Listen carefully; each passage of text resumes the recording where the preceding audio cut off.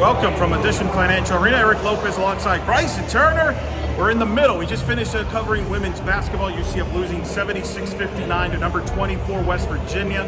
We're getting ready for the men's game. UCF will take on BYU, number 17. Bryson will be here. I will be here. Nick Porcelli will be here. The cast of thousands. But let's do a quick hit here, Bryson. You were here for the entire women's game. You covered the post game, which you can watch on our YouTube channel on Black and Gold and Red. Knights, unfortunately, tough day. Couldn't find the basket, shot under 30%. Turned the ball over 26 times. It's hard to win games that way. It really is. The only way they were able to really find points was from the free throw line. In fact, Morgan Robinson-Wagwu ended up sinking the second most free throws in a single game in program history. This is the first time someone has had a top 10 free throw shooting performance since KK Wright in 2018.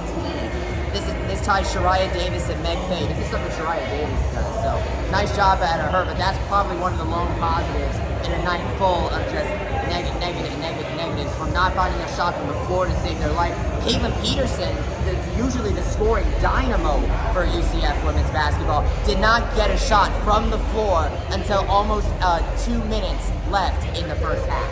Yeah, she ended up scoring a total of 18 points, 5 of 19 from the floor.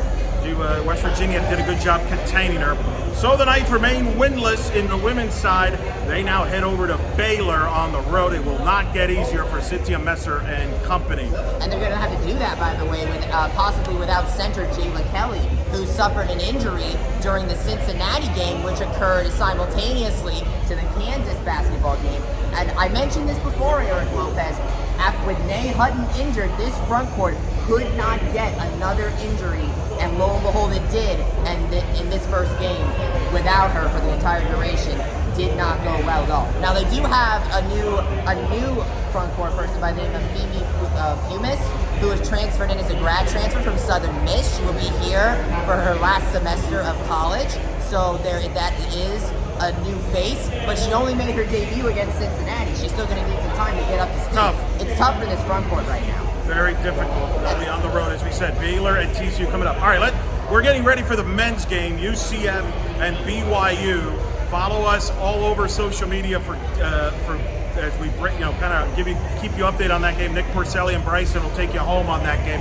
But let's talk about this game. Coming off that incredible game Wednesday night where UCF beat Kansas, storming the court. I thought you had a great description of it on the podcast. You said that the Kansas win is on your Mount Rushmore of UCF events on campus. I tend to agree after thinking about it.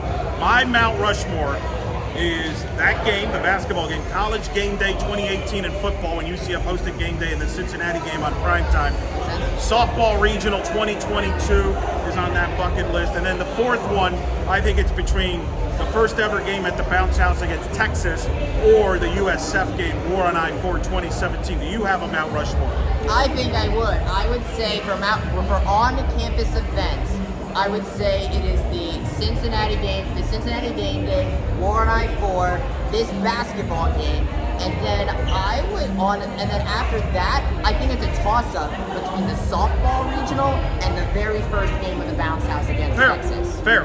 Now, we don't think this game will make the list. Well, by the way, speaking of this game though, one of the reasons I think Kansas being on Mount Rushmore makes a whole lot more sense now is if you can't see it because of the way the camera is faced, but people have now walked by us. So many people have walked by us carrying palm fronds now. And they're expecting another great crowd here tonight for this game.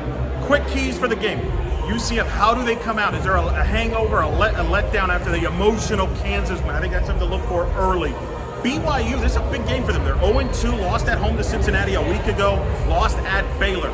Prior to the Big 12 starting, BYU was the best three-point shooting team in the country. They still lead the country in three-pointers attempted, but they have fallen back a little bit because they haven't hit the threes. But UCF has to guard the three-point line against BYU. BYU averages in the mid-80s points-wise. Baylor, by the way, is another great three-point shooting team we're going to have to deal with down the road. But to me, Bryson, real quick, that's the keys to this game to watch. Oh, yeah. I mean, I think, honestly, we probably will need to see some good three-point shooting from Darius Johnson, Jalen Sellers, and the Knights as well to keep pace with BYU in the three-point categories. If you can't defend it, you at least need to keep pace with it. You got to defend it. You can't let BYU go 14 for 40. They're like the Golden State Warriors. you let them get going, it's going to be a long night. So guard the 3, make them shoot, beat you with long 2s.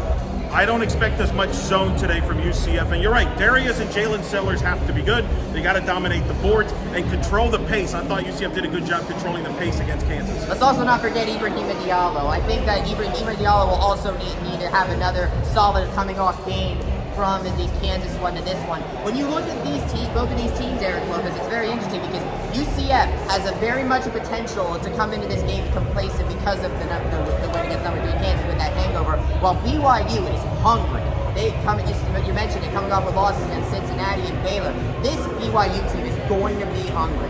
So it'll be very interesting to see how both of these teams end up coming off of this one, because if UCF can't pull off a win against this one, against what's probably going to be a hungry BYU team, then this could be very interesting to see for their stakes in the Big 12 going forward. Big game for both teams. BYU probably at the beginning of the year felt this was the game they had their best chance to win a road game in the Big 12. For UCF, probably before the year, they felt this is a big win, must win, considering UCF's got to go to Texas and at Houston back-to-back after this game.